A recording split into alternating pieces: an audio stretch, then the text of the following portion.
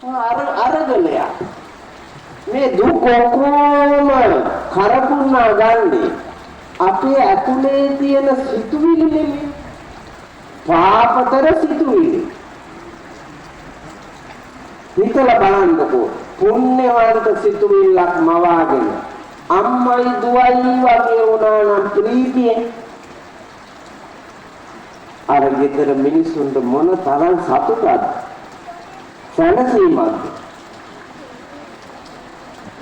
ඔබ මම ප්‍රශ්නයක් අහන්නේ මුළු රාමුක්කනටම උත්තර දෙන්න පුළුවන් අර කලින් ප්‍රශ්නේ වගේ මේකයි බෞද්ධ දර්ශනයට අනුව හෙළ සංස්කෘතියට අනුව මානව විද්‍යාවට අනුව අම්මට උතුම් බිරිඳද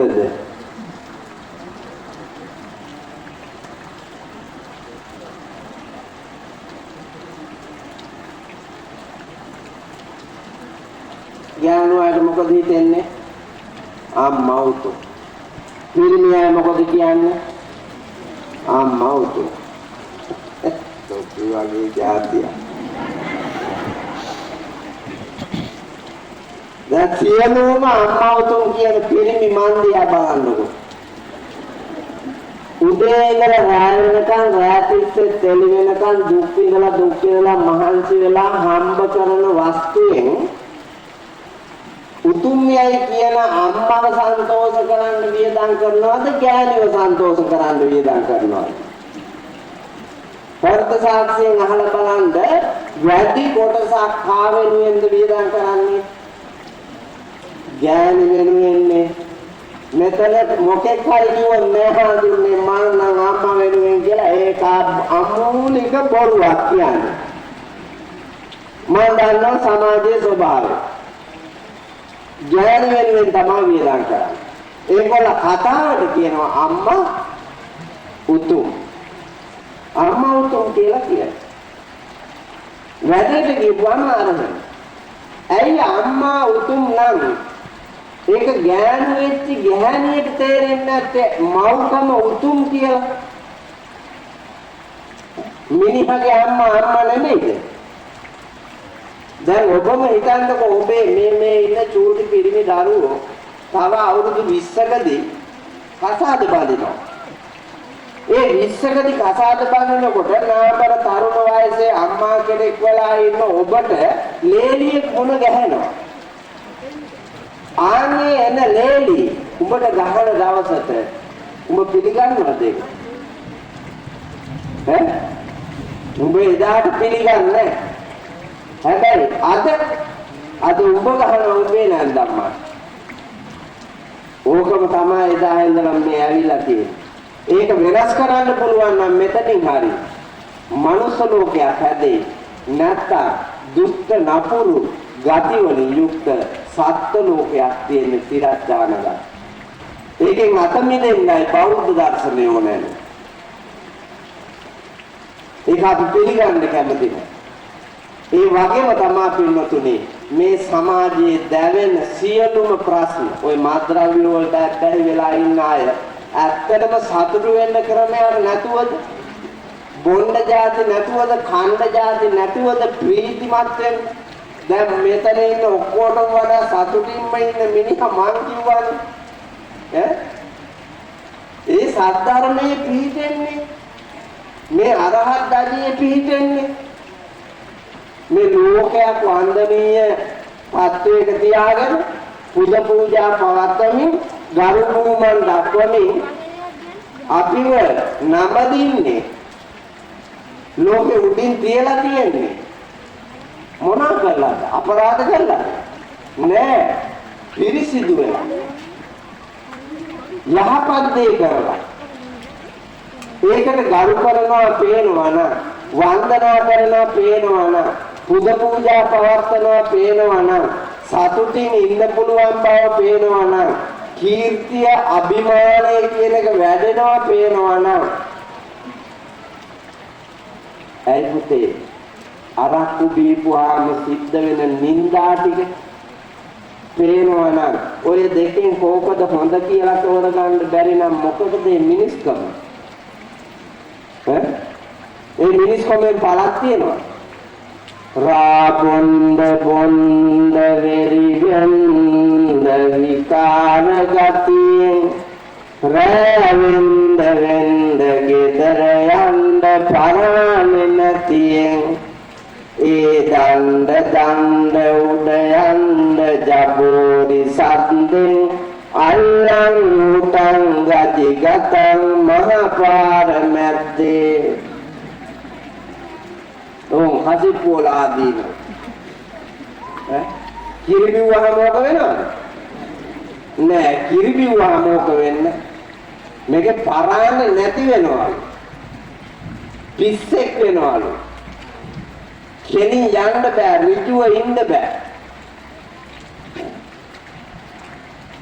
එක අඩියක් තියන්න ඕන තැනක හතරක් තියනවලු. අල්ලන් උටන් ගජි ගතන් එක අඩියට හතරක් තියෙනවලු. සරල තෙමිච්ච එක මහා පාරවත් යන්න බැරි එක ඒ දණ්ඩේ යන්නේ කොහොමද? ඒ දණ්ඩේ යන්න ගිහිලා ගඟට වැටුණාලු. ගඟ දිහට තෙමිලා ඇඳපු සරමයි ෂර්ට් එකයි ඇඟට ඇලිලාලු. දැන් මූට අඩිය තියන්නම බෑලු. තෙමිච්ච එක අඩිය තියෙන විදිය තමයි කවියේ තියෙන්නේ. ඒකල මුණින් තලා වෙලා වැටුණාලු. ඊට පස්සේ හොම්බ තල්ලුණලු බිම ඇනිලා. ගෑණි බලනකොට පහුවදා ඉස්පිරිතාලේ ඉන්නවා මිනිහා තොල් කොටවල් බතලාලවා. බටයක් ගහලා කටේ.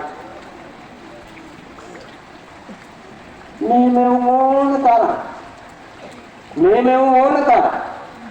දැකලා හැදෙනවා නම් හැදෙන්න, අහලා හැදෙනවා නම් හැදෙන්න ඕන තරම් මේ මිනිස් ලෝකේ මිනිහෙකුට පෙනෙන දැනෙන හැඟෙන ඇහෙන ලෝකයක් තියෙනවා. ඒකට බෞද්ධ දර්ශනයේ හෙළ සංස්කෘතිය ආචාරශීලී සමාජ විද්‍යාව හොඳට හදාරන අවබෝධ කර ගන්නායට එතෙන්ට එන්න පුළුවන්. ඒකට කුල දෙටුවෝ වැඩිහිටියෝ නායකයෝ ආදර්ශ සම්පන්න වෙලා මේ බාල පරම්පරාව ගොඩනගනවා. බාල පරම්පරාව වැරදි ගමනක යද්දී බාලයෝ කොහේ හැදෙන්නේ?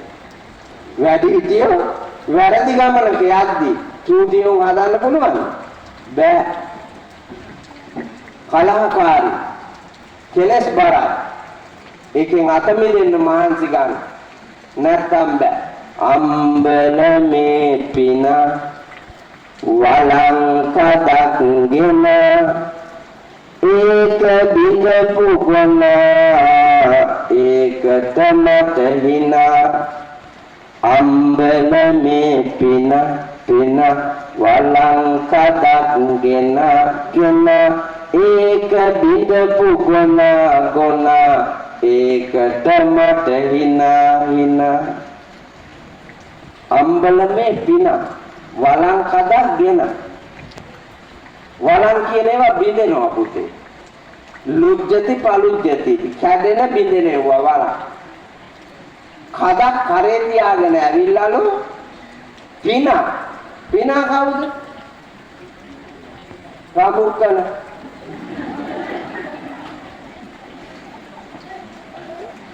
රාමුක්කන පිනාලා තමයි මේ ඔක්කොම. පිනා කියලා කිව්වේ පුණ්‍යවන්ත සතා. සත්ත්ව ලෝකයේ ඉන්න පුණ්‍යවන්තම සතා තමයි මිනිහා. හැබැයි මේ මිනිහා එනකොට සංසාර ගමනේ මේ මනු ලොවට කෙලස් කද සසර කෙලස් කද කර තියාගෙන මුළු ඇවිල්ලා තියෙන්නේ. ඒ ඇවිල්ලත් මේ මිහිතලයේ මුණ ගැහෙන සැපයි කියලා හිතන කෙලස් අර කදේ පුරවනවලු. කදේ තියනවනේ මලු ඒවට දානවලු. දාලා කෙලස් බරින් බර වෙලා අර පින දුක් විඳිනවලු. ඒක දැක්කලු ගොන. කවුද රාමුක්කන පාන්සලේ ගොන?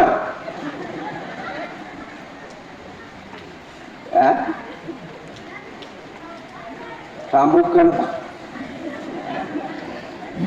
සමුක්කන පන්සලේ මහා ගුණා කවුද?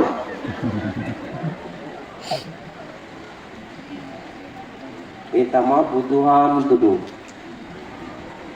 ගෝ කියලා කියන්නේ ගෞතම, නා කියලා කියන්නේ නායකයාණෝ. බාන්නකෝ මේ ගැට ගහලා තියෙන කවිවල තියෙන ලස්සන මේවා ධර්මෝපදේශය සඳහා හදාපුවා. මිනිසුන්ට ධර්ම මාර්ගය පෙන්වන්න හදාපුවා දාර්ශනික නිර්මාණ. ගෝ ගෞතම නා නායකයාණෝ. ගෞතම නායකයාණෝ දැක්කලු කෙලස් බරින් බර වෙලා දුක් විඳින මිනිස්සුන්ව ප්‍රඥාව නැමැති අංගෙන් ඇන්නලු වලං කද කුඩු වෙලා යන්න කෙලස් කුඩු වෙලා යන්න ඇන්නලු කෙලස් හැලුණයින් පස්සේ පිනා නැගිටලු ප්‍රීතියෙන් ඒක දැකපු ඒක දිහා බලාගෙන හිටපු අනිත් අය ප්‍රීතිමත් වුණාලු. අර ධර්ම මාර්ගයේ දැන් අද දර්ශනනේ බණ කියවන්නේ. හැබැයි දර්ශන බණ අහන ගමන් දර්ශන කෙලස් මරණ ගමන් උවමනාව තියෙනවා නම් බලාගෙන හිටමු මේ අනිත් සියලු දෙනාටම කෙලස් ප්‍රහීන කොට ප්‍රීතිමත් වීමේ වාග්ය තියෙනවා. ඒ උදාර ගුණයන්ගෙන් සමන්විත මිනිස් ජීවිතයක් හම්බෙච්ච අපි ඒකෙන් ප්‍රයෝජන ගන්න නැතුව මේ අනන්ත ගෝරතර භයානක සංසාර ගමනේ කරන කලට පවුමිදියමිසේ මිදෙන කලට දුක් දැඩියේ ගිනිසේ හැඳින මේ පවුම